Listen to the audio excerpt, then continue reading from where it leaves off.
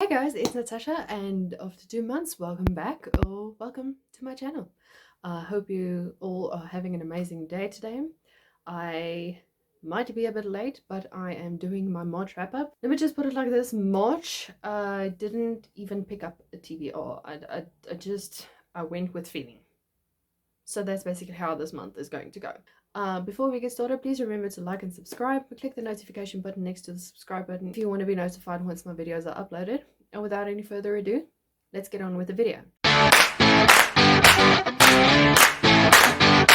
So I'm going to jump right into one of the worst books that I read in March, and I don't think this is like a personal thing. I've seen a lot of people complain about this book, and it's City of Fallen Angels by Cassandra Clare.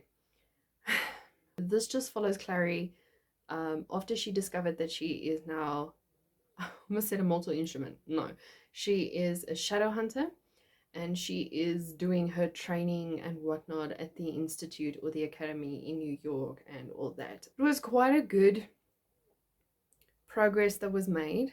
The only issue I have with this book is the fact that the pacing is off. There's no plot at all, and it just feels like this book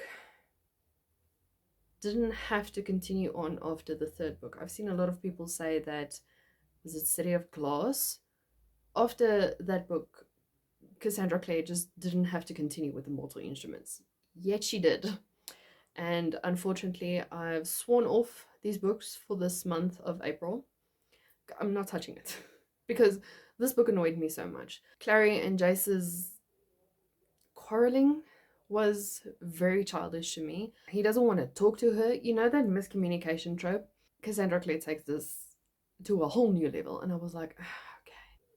This was just kind of like a filler with a random plot at the end. Everyone was annoying me.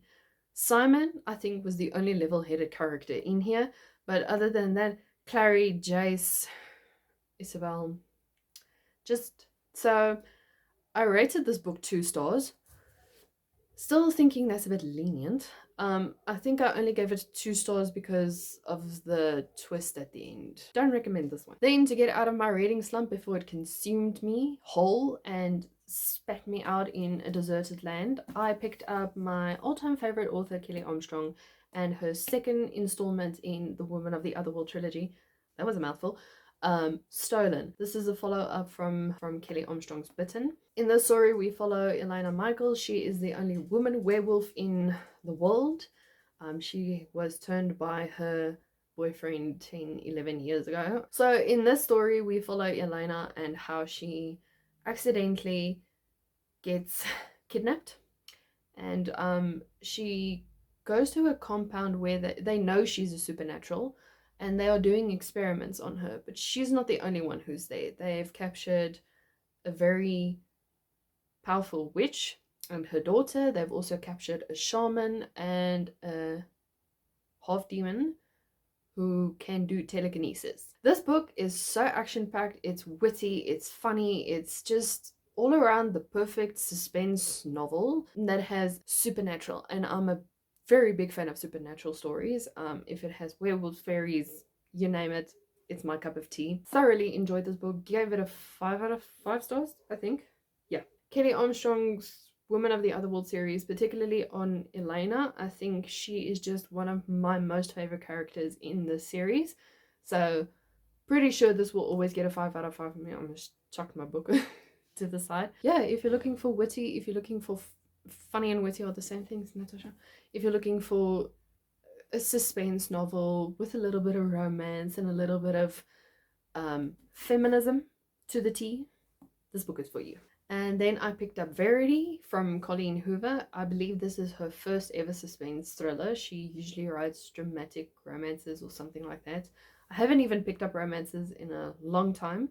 So I picked up this book because I've heard a lot of great things, and my fiance also wanted to buy this book for his mom for her birthday. And then I decided, let me proofread it because I have a feeling there are some gruesome stuff happening in there. So right off the bat, we start with a killing scene.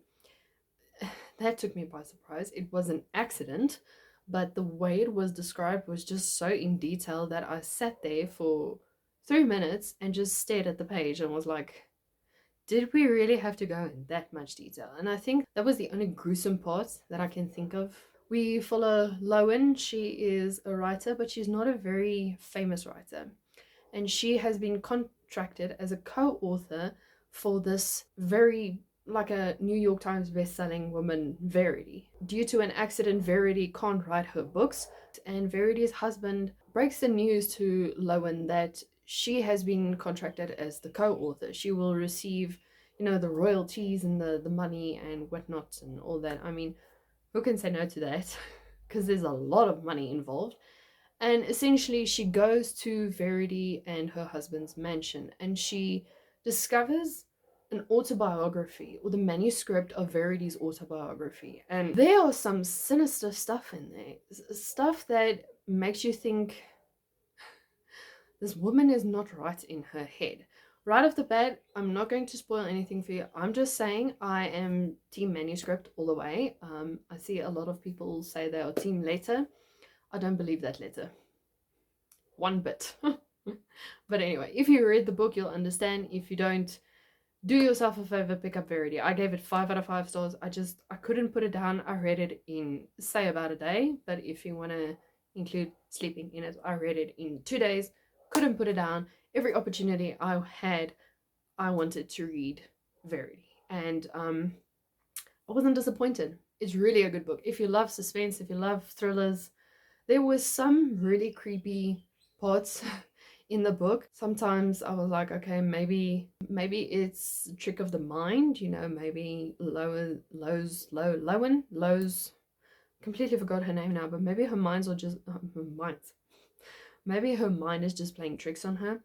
But the more you sit with the book, the more you think maybe she's not crazy. Maybe these things are actually happening to her. And yeah, overall, great story.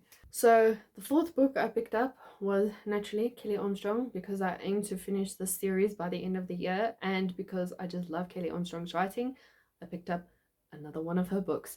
This book follows Paige not Whitethorn, that's another story, Winterbourne, and she is essentially a witch. She is a white witch, and she has been tasked to raise Savannah. And unfortunately, Savannah's mother died in the compound where Elena was in the previous story. So now Paige, as a witch and as someone who has the responsibility to look after the witches around her, she takes Savannah in. This was also the wish of her mother, to take Savannah in and to raise her as a white witch and all that. But unfortunately, because Savannah's mother dabbled in black magic, the Coven doesn't really approve of Savannah, so they actually want her out of, I think it's a town in Massachusetts. I hope I'm saying that right, because it's a very difficult town to pronounce.